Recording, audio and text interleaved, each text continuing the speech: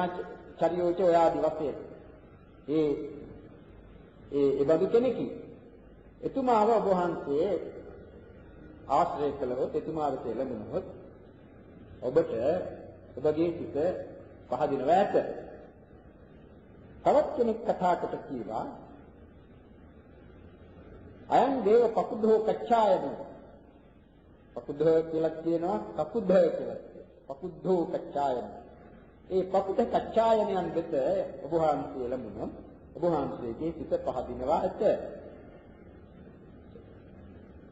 ඊළඟට තව අනිත් එක්කෙනා කියනවා මහරජ සංජය බේලක්ඛ පුත්ත නමැති තවත් ශාස්ත්‍රවරයෙක් සිටිනවා. එතුමාද අර කලින් කී පරිදිම මහා සමූහයාගේ ආචාර්යවරයෙක්ව බොහොම ප්‍රසිද්ධව සිටින කෙනෙකි. සාදු සම්මත වූ කෙනෙකි. බොහෝ කලක් වෙනවයි ඒ පැවිදි වෙලා වයස්ගත කෙනෙකි. මහන්සේ වෙත එළඹුණොත් ඔබ වහන්සේගේ සිත පහදිනවා ඇත. තවත් කෙනෙක් කීවා ස්වාමීනි නිගණ්ඨනාත පුත්ත නම්. නිගණ්ඨනාත පුත්ත කියා ඔය විදිහේම ඒ ආචාර්යවරයෙක් සිටිනවා, ශාස්ත්‍රවරයෙක්. උන්වහන්සේ වෙත එළඹුණොත් ඔබ වහන්සේගේ සිත පහදිනවා ඇත. මෙන්න මේ විදිහට ඒ තම තමන්ගේ ශාස්ත්‍රූන් වහන්සේලා වෙත එළඹුණොත් මහරජතුමාගේ සිත පහදී ගියයි ඒ අය කළ ප්‍රකාශය. එකක්වත් පිළිබඳව රජතුමා විරුද්ධ වුණේ නැහැ. ඒවා අසාගෙන නිශ්ශබ්දව සිටියා. ඔය අවස්ථාවේදී ජීවක වෙරතුමා රජුරන්ගේ ඒ කියතේ අපට වෛද්‍ය අමාත්‍යවරයයි. රජුරන්ට වෙදකම් කරන, රජුරන්ට පමණක් නෙවෙයි තම පිය රජතුමාට පවා වෙදකම් කළ ඒ ජීවක වෙදදුරුතුමා මේ පිරිසේ සිටියා. එතුමා මේ රජුරන්ගේ ඉල්ලීම ගැන තමාගේ අදහස ප්‍රකාශ කළේ නැහැ. ඒ අනිත් අයට ඉඩ දී සිටියා. තේන කෝපන සමයේන ජීවකෝ කෝමාර භච්චෝ රඤ්ඤෝ මාගදස්ස අජාත සත්තුස්ස වේදේහි කුත්තස්ස අවිදූරේ තුන්හි භූතෝ නිසෙන්නෝ හෝති. රජුරන්ගේ නුදුරින්ම ළඟින්ම සිටියා. ඒ කතා නොකොට නිශ්ශබ්දව සිටියේ. අතකෝ රාජා මාගදෝ අජාත සත්තු වේදේහි පුත්තෝ ජීවකං කෝමාර භච්ඡං ඒතදවෝචි.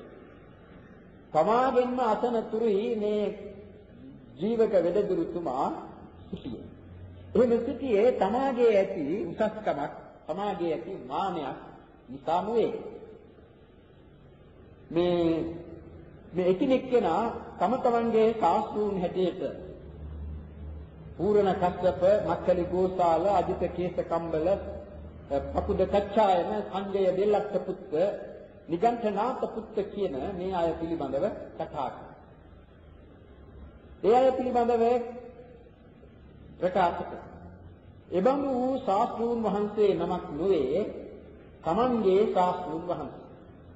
ඒ නිසා ඒ ශාස්ත්‍රූන් වහන්සේගේ උසස්කම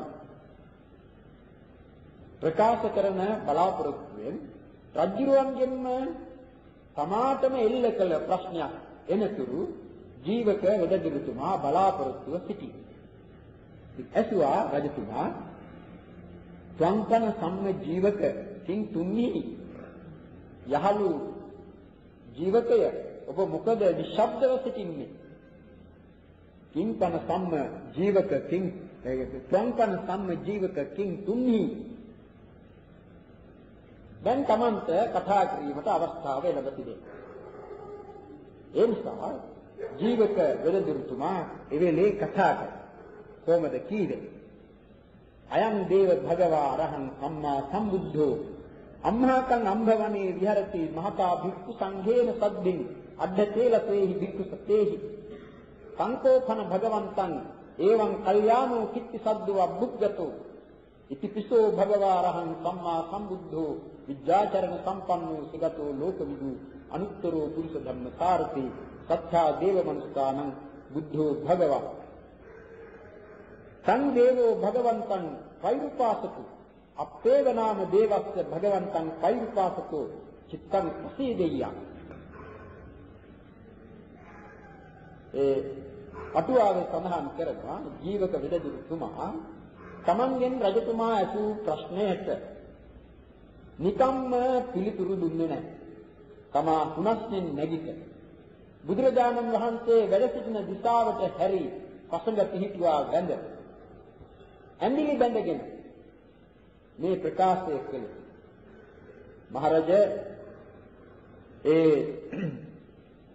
ඒ භාග්‍යවත් වූ අරහත් වූ සම්්‍යක් සම්බුද්ධයන් වහන්සේ අපගේ අඹවණෙහි අඹ උයනේහි වාසය කරනවා. 1250ක් පමණ මහත් වූ භික්ෂු සමූහයක් සමග ඒ පින්වත් වූ භාග්‍යවතුන් වහන්සේගේ කීර්ති ഘോഷාව අබුද්ධතු යතා උස්ස නැගියා උස්ස පැනනංග කීර්ති ഘോഷාවක් ඇති කෙනෙක්. කොහොමද ඒ කීර්ති ഘോഷාව පැනනංගේ? ඒ භාග්‍යවතුන් වහන්සේ මේ කරුණින් අරහංය, මේ කරුණින් සම්මා සම්බුද්ධය, මේ කරුණින් විද්‍යාචරණ සම්පන්නය, සුගතය ලෝකවිදූය, අනුත්තරෝ පුරුෂ ධර්ම සාරථිය, සත්තා දේව මනුස්සානන්‍ය, බුද්ධෝය භගවායච, මේ නව අරහදී බුද්ධ ගුණයන් උස්ස නැංගා වහන්සේ. ඒ කියන්නේ උස්ස පැතිර ගියා. එහෙම ගුණයන් නැති ඒ භාග්‍යවතුන් වහන්සේ අපගේ අඹ උයනෙහි දැන් වාසය කරනවා. මහත් වූ භික්ෂු පිරිසක් සමග 1200ක් පමණ. ඒ භාග්‍යවතුන් වහන්සේ වෙත දේවයන් වහන්සේ ඔබ වහන්සේ එළඹුණොත් අපේව නාම ඒකාන්තයෙන්ම දේවස්ස භගවන්තං කෛරුපාසකෝ චිත්තං පසීදියා.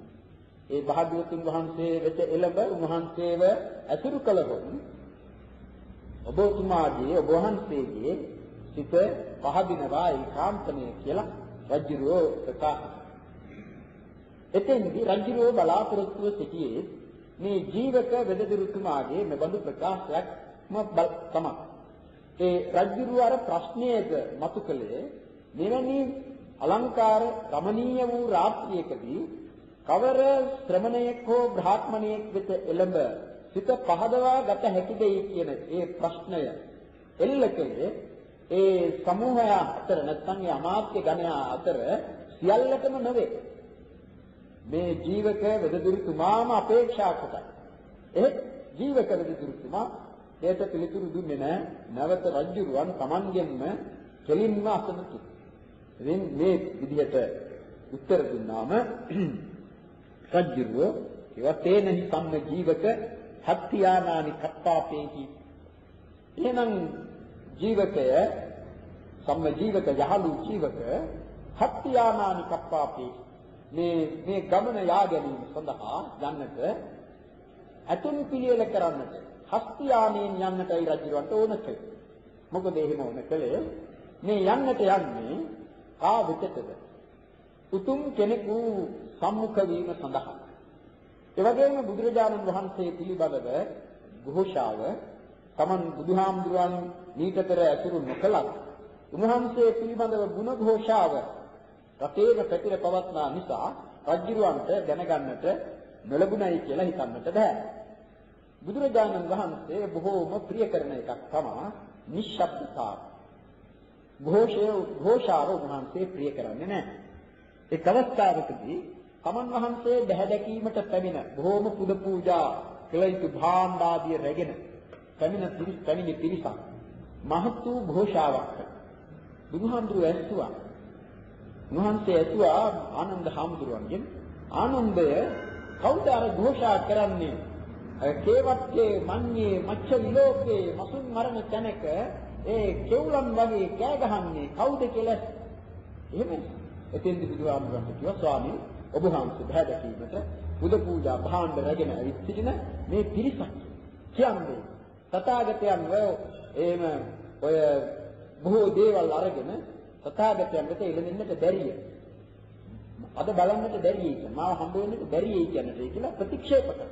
මොකද යම් Taman යන්නේ යම් කිසි වැඩකට නම් යහපත් තැනකට නම් හොඳ තැනකට නම් Taman කාහට හරි ගෞරවයක් දැක්වීම සඳහා නම් යන්නේ. ඒ ගෞරවයට කොයිතරම් හානි කරද නිර්ර්ථක වූ ഘോഷාව. එතන ඇති කිරීම. බුදුරජාණන් වහන්සේ විවේකයේ ප්‍රිය කරන. ඒ වගේම විවේකෙහි යටි අගේ අන්‍යයන්ටද කියනවා. ඒ නිසා මේ උන්වහන්සේ පිළිබඳ ඒ කතාව හැමතැනම පැතිර තිබුණා. මේ පිනතුන අසායති. උන්වහන්සේ සමහර අවස්ථාවලදී නිගණ්ඨාශ්‍රම වලට වඩිනවා. නිගණ්ඨ ආශ්‍රම ඔය මේ නිගණ්ඨනාථ පුත්‍රයන්ගේ ආශ්‍රම ආදී කොට ඇති මේ නිගණ්ඨ ආශ්‍රම වලට උන්වහන්සේ ඇතැම් අවස්ථාවලදී වැඩම කරනවා. ඒ නිගණ්ඨ පිරිසත් සමග සාකච්ඡා පැවැත්වීම සඳහා උන්වහන්සේගේ නෑ කාටරෙහිවත් තරහවක් අමනාපයක්. උන්වහන්සේ ඒ තැන්වලට වැඩම කරනවා. ඒ වඩිනකොට උන්වහන්සේ දුරදීම දකින්නකොට ඒ නිගණ්ඨ පිරිස උන්වහන්සේ පිළිගැනීමට සැදී පැහැදෙන්නේ කොහොමද? නිශ්ශබ්ද වන්නේ, නිශ්ශබ්ද වන්නේ.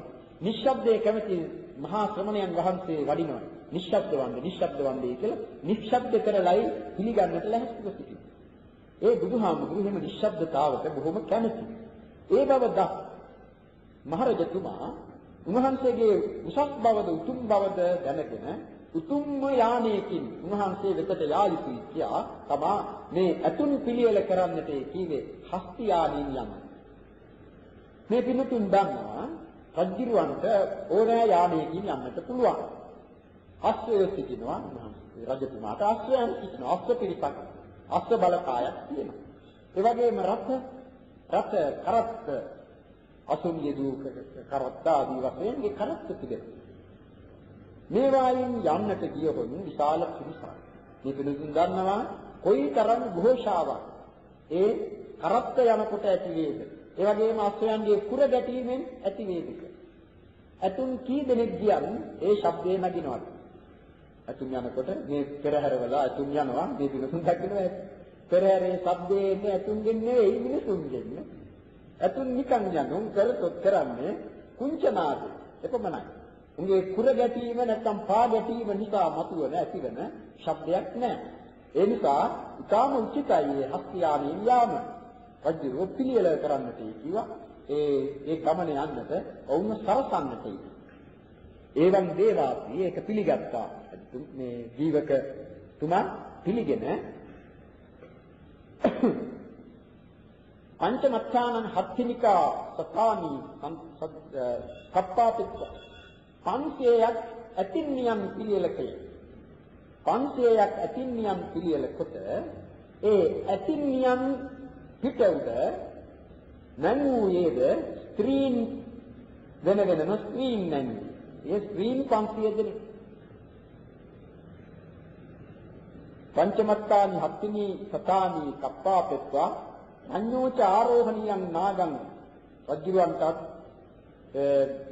මේ නග යන්නට ඇතෙකු පිළියෙල කොට රඤ්ඤු මාගධස්ස අච්ඡාත සත්තුස්ස වේදේහි පුත්තස්ස ප්‍රතිවේදේසි කප්පිකානිකෝතේ දේව හත්තියානාන් යස්සදානි කාලංමඤ්ඤ. ඉතින් අතුවාගේ කියනවා ඒ එකිනෙක ඇතින්නියක පිටුද ස්ත්‍රීන් පුරුෂ වෙස් ගන්වා නංගුවයි. මොකද මේ රජතුමා බොහොම බියෙන් සිටියේ. රජුව බියෙන් සිටියේ තමාට මේ බුදුරජාණන් වහන්සේගේ තා කුළුපග වූ ශ්‍රාවකයෙක් වූ මේ ආර්ය ශ්‍රාවකයෙක් වූ තමාගේ පිය රජ වූ බිම්බිසාර රජතුමා මැරවීම ගැන රටේ ලොකු තමන් කෙරෙහි අමනාපයක් ඇති බව රජතුමා දැන සිටියා. ඒ නිසා රජුවන්ට තිබුණා බියක. තමා සතුරන්ට කොයි වේලේ හෝ අසු වෙන්නට ඉඩ තිබෙනවා. සභාවෙන් පලි ගැනීමට ලැහැත්ති අය සිටින්නට පුළුවන්. ඒ නිසා රජතුමාට මේ ආරක්ෂාව සැලසීම සඳහා තමයි ඒ අතුන් පිට උඩ නැංගුවේ ස්ක්‍රීන්මයි. ඉතින් එහෙම පිළියෙල කොට රජුවන්ට කිව්වා ස්වාමීනි දැන් දැස්ති මේ ගමන යන්නට අතුන් පිළියෙල වෙලා. ඉතින් රජුව ගියායි කොහොමද ගියේ අතකෝ රාජා මාගදුවා ජාත සත්තු වේදේහි පුත්තෝ පංචසු හත්තිනිකා සතේසු පච්චේකා සිත්තියෝ ආරෝපෙත්වා ආරෝහිනියං නාදං අබිරුහිත්වා උක්කාසු ධාර්යමානාසු රාජගාහ්මානියාත් එළිය මං වෙන අවස්ථාවේදී ඒ කියන්නේ මේ ඉර දැසගෙන යන ආලෝකයේ ඇති කළ යුතු අවස්ථාවේදී තමයි රජුරෝ පිට වුණේ රජගහ නුවරින් ජීවකම්බ වනයේ වෙතට. එහෙම ගිහින් ජීවකම්බ වනයේට කිට්ටු වන විට රජුරවන්ට ඇති වුණා මහත් බියක්. අහුදේව භයං අහු චම්බිතත්තං අහු ලෝමහංස රජුරවන්ට බියක් ඇති ප්‍රතිගන්මක් ඇති ලොමුඩ හැගන්මක් ඇති.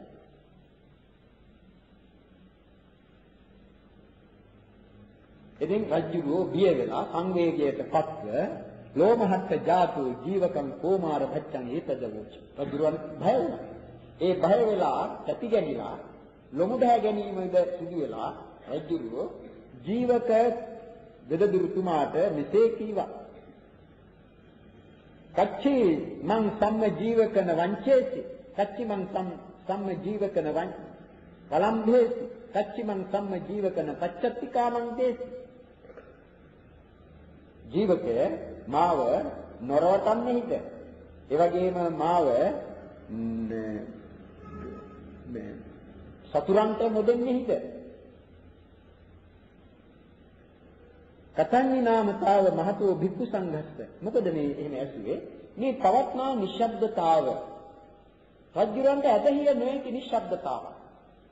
ජීවකම්බ වනයේහි බුදුරජාණන් වහන්සේ සහිත භික්ෂුන් වහන්සේ 1250ක් වාසය කරන අවස්ථාව. 1250ක් වාසය කරන තැනක එකිනෙක කෙනා නිකන් කොඳුරනවා වගේ කතා කරත් කොයිතරම් ഘോഷාවක් නිකුත් වන්නට පුළුවන්ද? එහෙම කිසිදු ഘോഷාවක් නැහැ. මේ දෙන්නතුන් දන්නවා අපේ සාකච්ඡා අපේ කතා ඒක පැවැත්වීමට පෙර ආතුව එකිනෙක කෙනා දෙන්නා කතා කරන විට මේ ස්ථානෙහි නිකුත් වෙන ഘോഷාව කොයිතරම්ද? ඉතින් මෙතන 1250ක් කොහොමදවත් නැහැ. ඉතින් 1250ක් වසන එවැනි තැනක කිසිදු ഘോഷාවක් නැති බව රජුරවන්ට ඇදහිය නොහැකි තත්වයක්. ඒ නිසා රජුරෝ භය වුණා. රජුරෝ හිතුවා මේ ජීවක වෙදදුරුතුමා කර තිබෙන්නේ තමාව රැවටීම. මේ තමන්ව සතුරන්ට අල්ලා දීමට කරන ලද ප්‍රයත්නයක් කියලා රජුරවන්ට හිතුණා. ඒ නිසායි රජුරෝ ඇහුවේම මාව මේ රැවටුවද මාව රැවටනවද ආදි වශයෙන් කතන්හි නාම සතාව මහතෝ භික්ඛු සංඝස්ස. කාරණේ මේකයි දක්වන්නේ.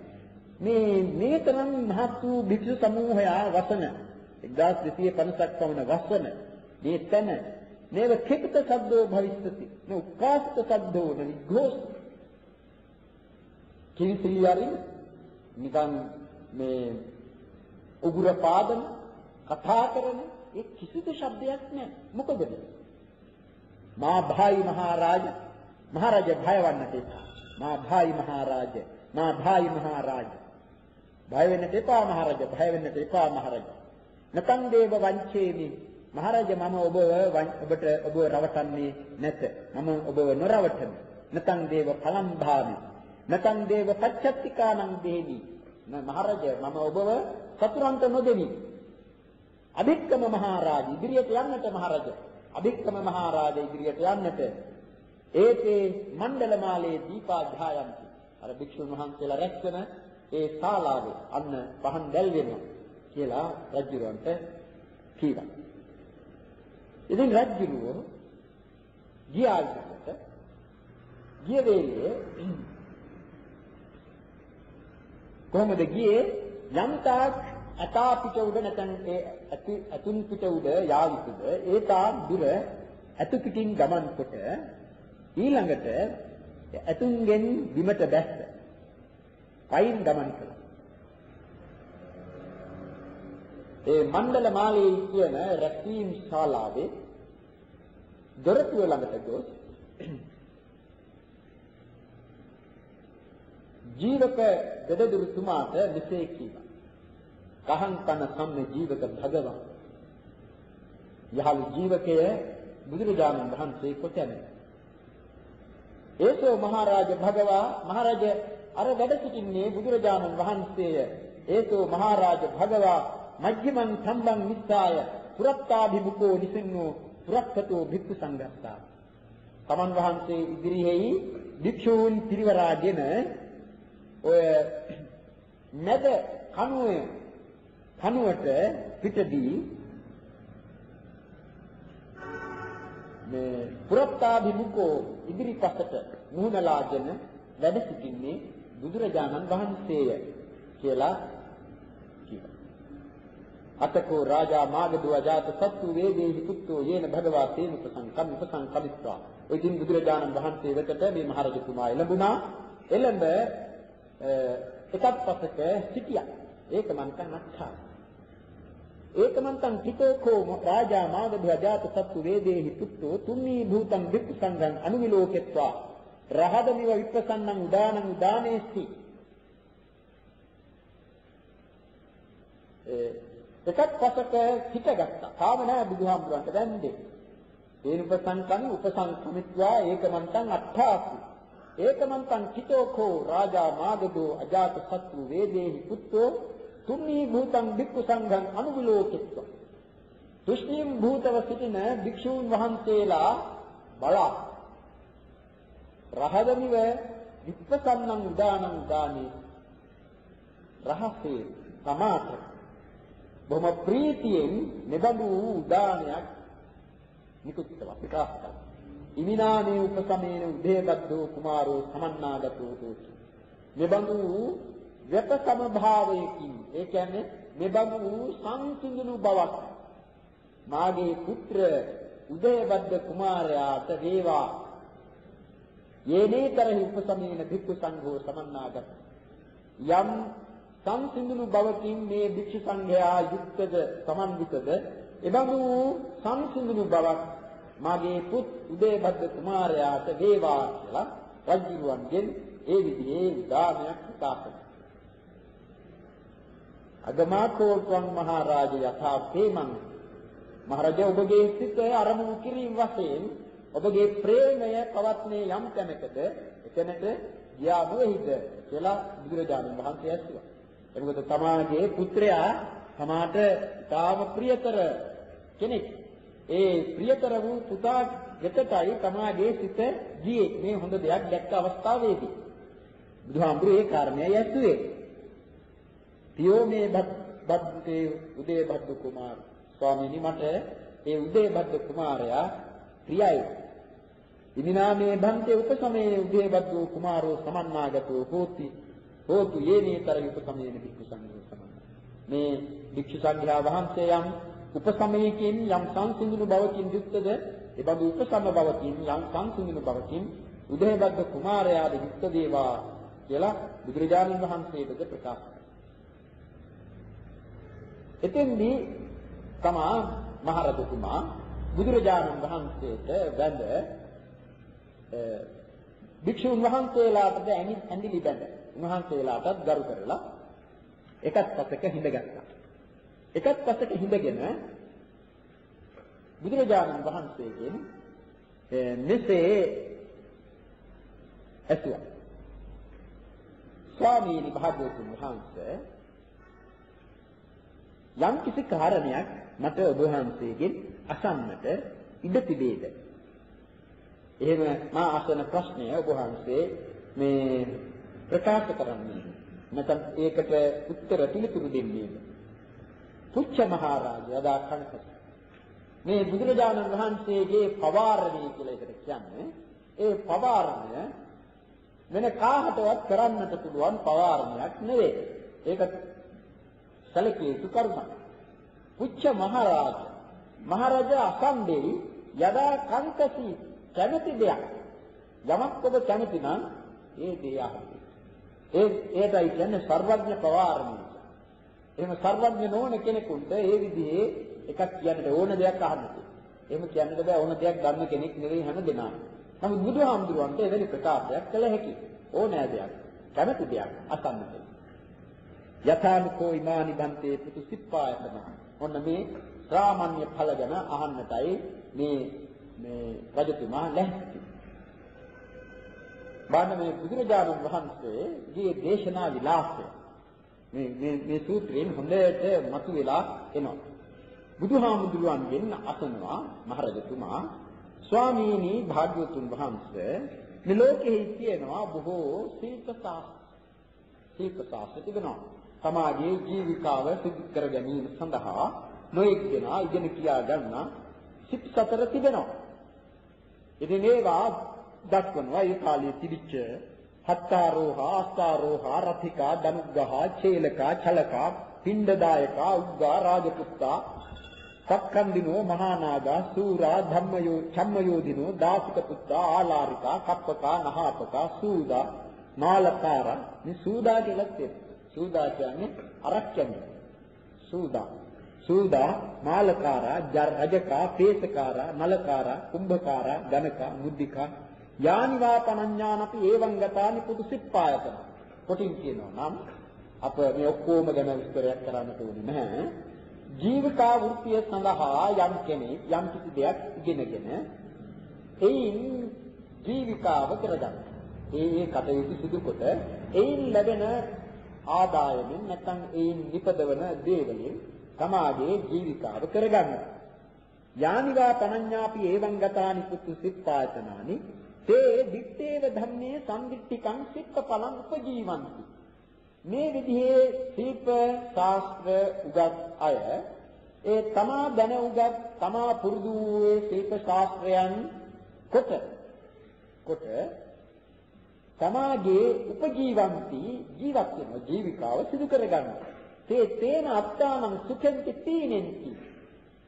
එසේ උපයා ගනු ලබන දේවලින් තමාගේද ජීවිතය සපවත් කරගන්නවා, ප්‍රීතිමත් කරගන්නවා. ඒ වගේම පුත්තදාරං මාතා පිතරෝ සුඛෙන්ති තීනෙන්ති. මෞපිය දෙදෙනාද මෞපියන්ද සපවත් කරනවා, හිනවනවා.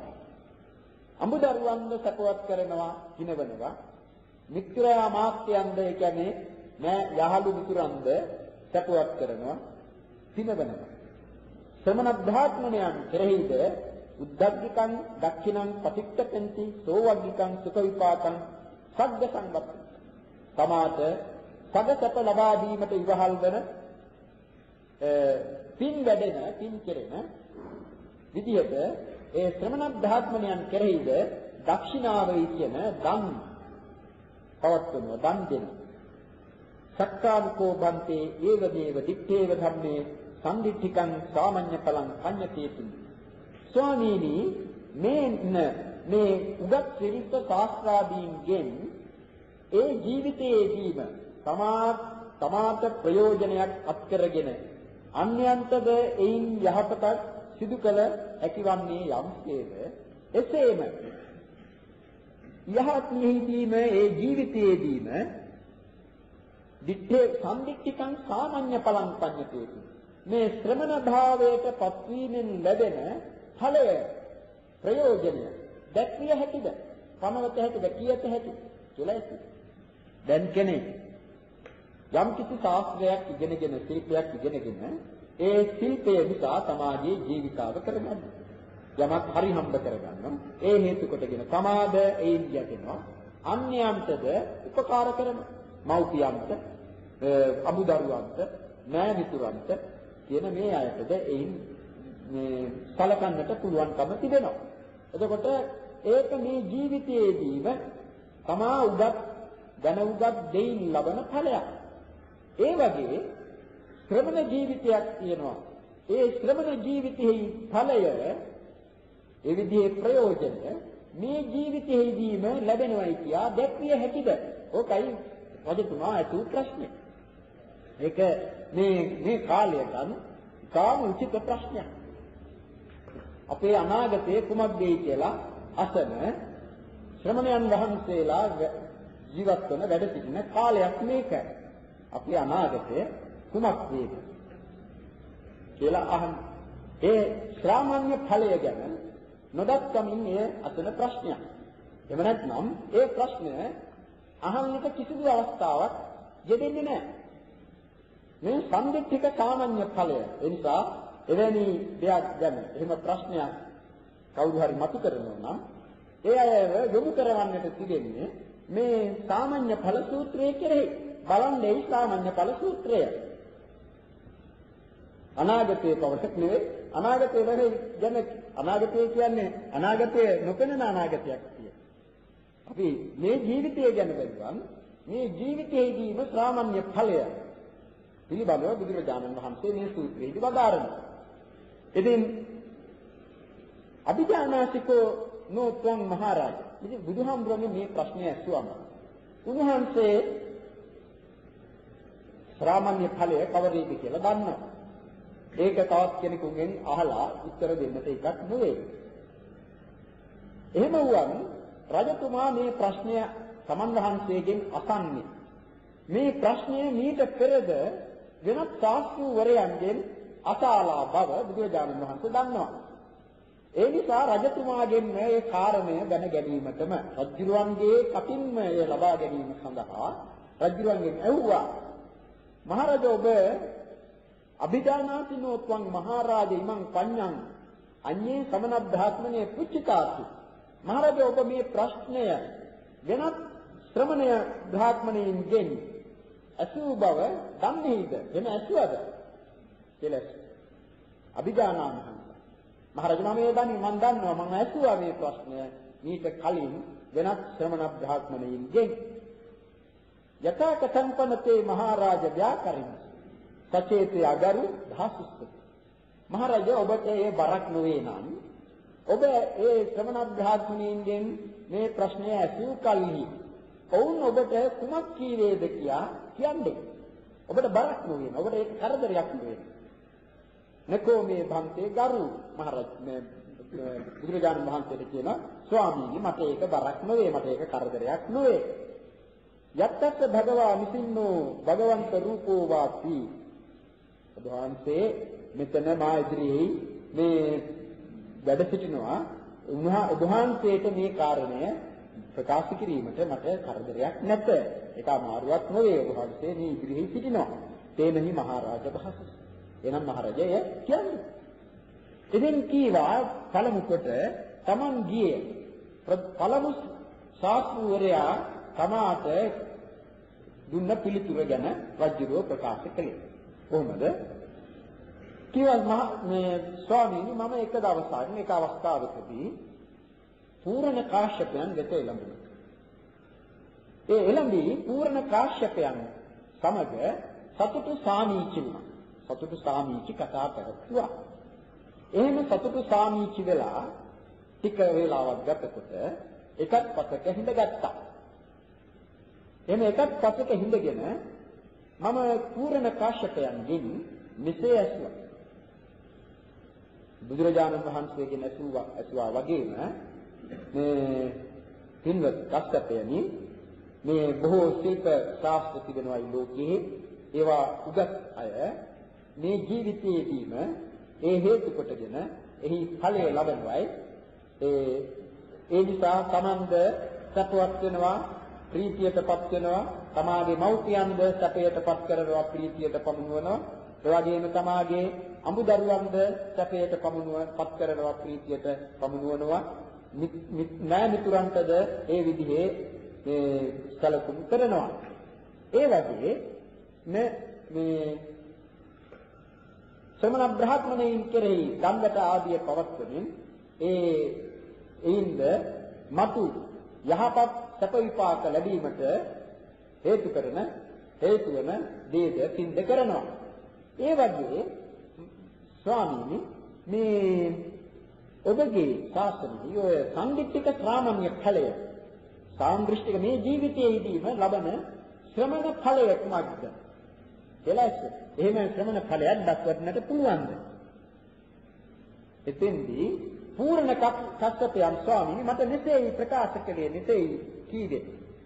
කරෝතෝ කෝ මහරජ කාර්යතෝ චින්දයතෝ ඡේදාපයතෝ පචතෝ පාචාපයතෝ සෝචයතෝ සෝචාපයතෝ කිලමතෝ කිලමාපයතෝ පන්දතෝ පන්දාපයතෝ පානමති පාපාපයතෝ අදින්නම් ආදියතෝ සම්ධින් චින්දතෝ නිල්ලෝකං හරතෝ ඒකාගාරිකං කරෝතෝ පරිපන්තේ තිත්තතෝ පරදාරං ගච්ඡතෝ මුසා භනතෝ කරෝතෝ නෝ කරියති පාපං කුර පරියන්තේන චේති චක්කේන යෝ ඉනිස්සා පඨවියා පාමේ ඒකං මන්ත කලං ඒකං මන්ත පුඤ්ඤං කරෙය්‍ය නත්ථි තතෝ නිදානං පාපං නත්ථි පාපස්ස ආගමෝ.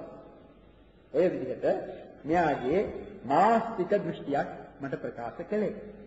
ඔහු කීවා කරෝතෝ කෝ මහරජ කාර්ය කරන්නේ කරීමෙන් හෝ කරවීමෙන් චින්නතෝ ඡේදාපයතෝ සිඳීමෙන් හෝ සිඳවීමෙන් පචතෝ පාචාපයතෝ. ඒ කියන්නේ ගිනිලවීමෙන් නැත්නම් මේ රත් කිරීමෙන් හෝ ඒ කරවීමෙන් සෝචයතෝ කියන්නේ කනගාටු වීමෙන් ශෝක කිරීමෙන් හෝ ශෝක කරවීමෙන් කිලමතෝ වෙහෙස වීමෙන් හෝ වෙහෙස වීමෙන් ඡන්දතෝ ඡන්දාපයතෝ සැලීමෙන් හෝ සැලවීමෙන් පානමති පාතාපයතෝ පරපන නැසීමෙන් අදින්නම් ආදියතෝ පර සතු දේ ගැනීමෙන් සම්දින් චින්දතෝ ඔය මම් පැහැරීමෙන් නිල්ලෝපං හරතෝ ඒකාගාරිකං කරෝතෝ පරිපන්තේ තිත්තතෝ. ඔය විදිහට කියේ ඔක්කොම දක්වන්නේ සොරකමට සම්බන්ධ ඒවා. මම් පැහැරීම, ගෙවල් දිදීම ආදී වශයෙන් තියෙන ඒවා කිරීමෙන් පරදාරං ගච්ඡතෝ පරදාරාවන් කරා යාමෙන් බොරු කීමෙන් කරෝතෝන කරියති පාප කරවීමෙන් හෝ කිරීමෙන් පාපයක් නම් නැත. අන්න ඔහු දුන්න උත්තරේ සම්දිත්තික සාමාන්‍ය ඵලයයි ඇසුවේ. ඔහුගේ පිළිතුර ඒක. කුර පරියන්තේන චේති චක්කේන යෝ ඉනිස්සා පඨවියා පානේ ඒකං මන්ස කලං ඒකං මන්ස පුඤ්ඤං කරෙය්‍ය.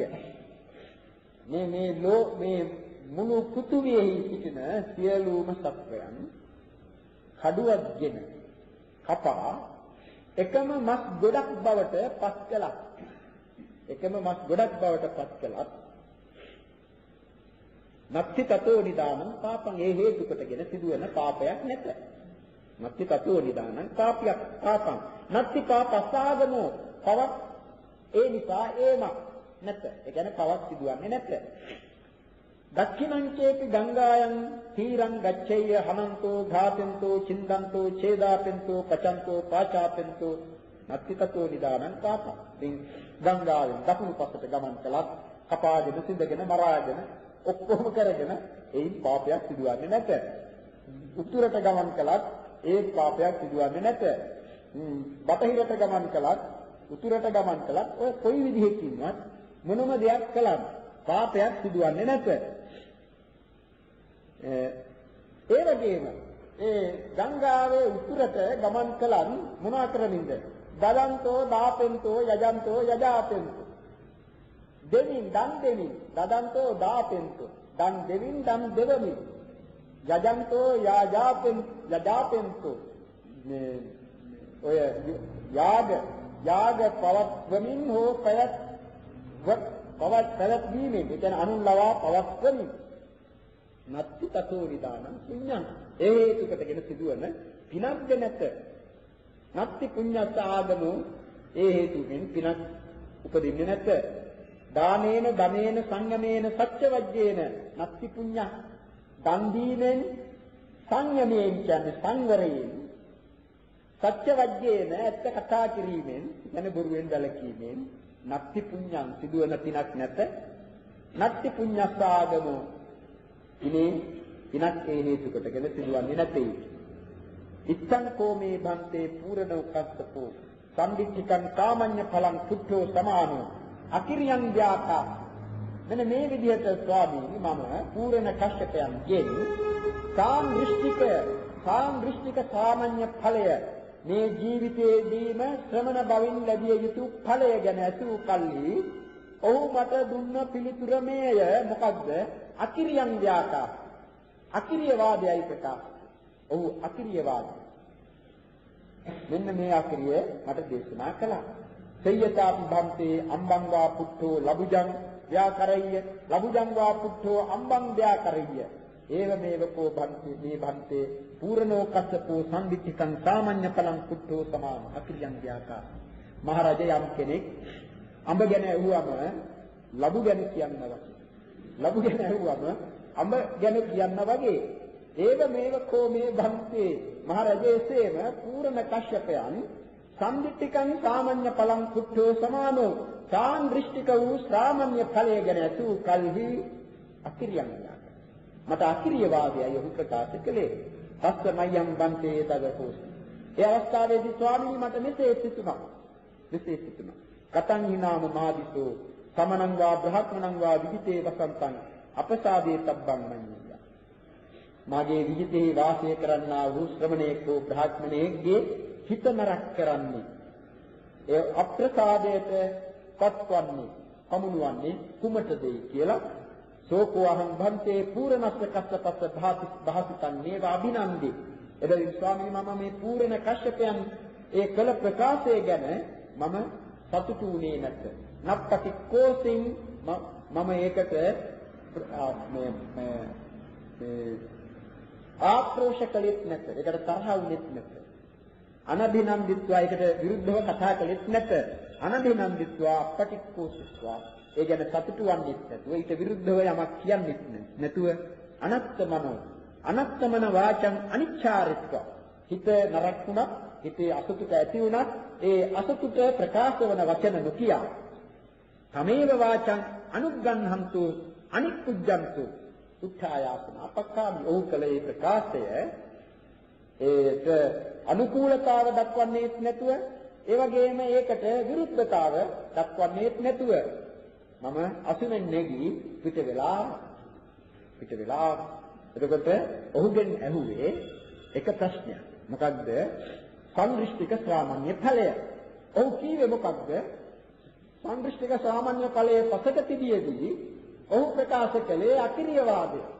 ඒ නිසා දැන් මේකෙන් තේරුම් ගන්නට ඕන මොකක්ද?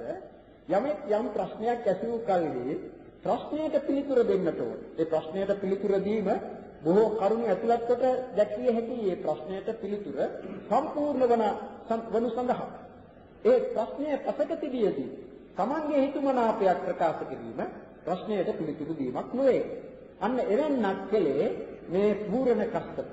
මොකද එහෙම කලේ? ඔහුට කියන්නට බෑ සාමාන්‍ය ඵලය. සාමාන්‍ය ඵලයේ ගැන කියන්නට පුළුවන් ශාසනයක ශාස්ත්‍රවරයෙකු නොවේ ඔහු. සාමාන්‍ය ඵලය ගැන ප්‍රකාශ කළ හැක්කේ ශ්‍රමණයන් ලැබෙන ශාසනයක. ඒ ශ්‍රමණයන් ලැබෙන්නේ කවර ශාසනයකද? බුද්ධ ශාසනය. යම් ශාසනයක ආර්ය අෂ්ටාංගික මාර්ගයේ නැද්ද? ඒ ශාසනයේ ශ්‍රමණයෝ නැත. යම් ශාසනයක ආර්ය අෂ්ටාංගික මාර්ගයේ ඇද්ද? ඒ ශාසනයේ ශ්‍රමණයෝ ඇත. ඒ නිසා තමයි බුදුහාමුදුරුවෝ වදාළේ ඉදමේව පඨමෝ සමනෝ ඉද ဒ ුතියෝ සමනෝ ඉද තතියෝ සමනෝ ඉද චතුත්ථෝ සමනෝ ශුඤ්ඤා පරප්පවාදා සමනේහි අඤ්ඤේහි කියලා බුදුහාමුදුරුවෝ වදාලා මේ ශාසනයෙහිම තමයි ප්‍රථම ශ්‍රමණයා වෙන සෝවාන් පුද්ගලයා ලැබෙන්නේ. දෙවෙනි ශ්‍රමණයා වෙන සකෘදාගාමි පුද්ගලයා ලැබෙන්නේ. තුන්වෙනි ශ්‍රමණයා වෙන අනාගාමි පුද්ගලයා ලැබෙන්නේ. හතරවෙනි ශ්‍රමණයා වෙන රහතන් වහන්සේ ලැබෙන්නේ. ශුඤ්ඤා පරප්පවාදා සමනේහි අන්‍ය ශාසනයන් ඒ ශ්‍රමණයන්ගෙන් හිස්ය කියන ඒ විදිහේ සිංහනාදයක් බුදුරජාණන් වහන්සේ කළේද කරවදාලේද මෙන්න මේ කාරණේ නිසා. එදෙන් එහෙම ආර්ය අෂ්ටාංගික මාර්ගයේ නොලැබෙන පූර්ණ කස්සපයන්ගේ ශාසනයෙහි මෙහෙම ශ්‍රමණ ඵලය ගැන කීමට දෙයක් නැහැ. ඒ නිසා ඔහු දැනගෙන තිබුණේ ඒක තමයි මුණා කෙරුවත් පවතුත් නැහැ, පිනතුත් නැහැ. අන්න ඒක කිව්වා. ඒ නිසා රජුරෝ ඒකට නොසතුටුව එතනින් නික්ම ගියා. ඒ බව ප්‍රකාශ කළා. ඊට එහා අපට අද යන්නට බෑ. අද කාලය සමාප්තයි. මෙතනින් අපේ කතාව නවත්වමු.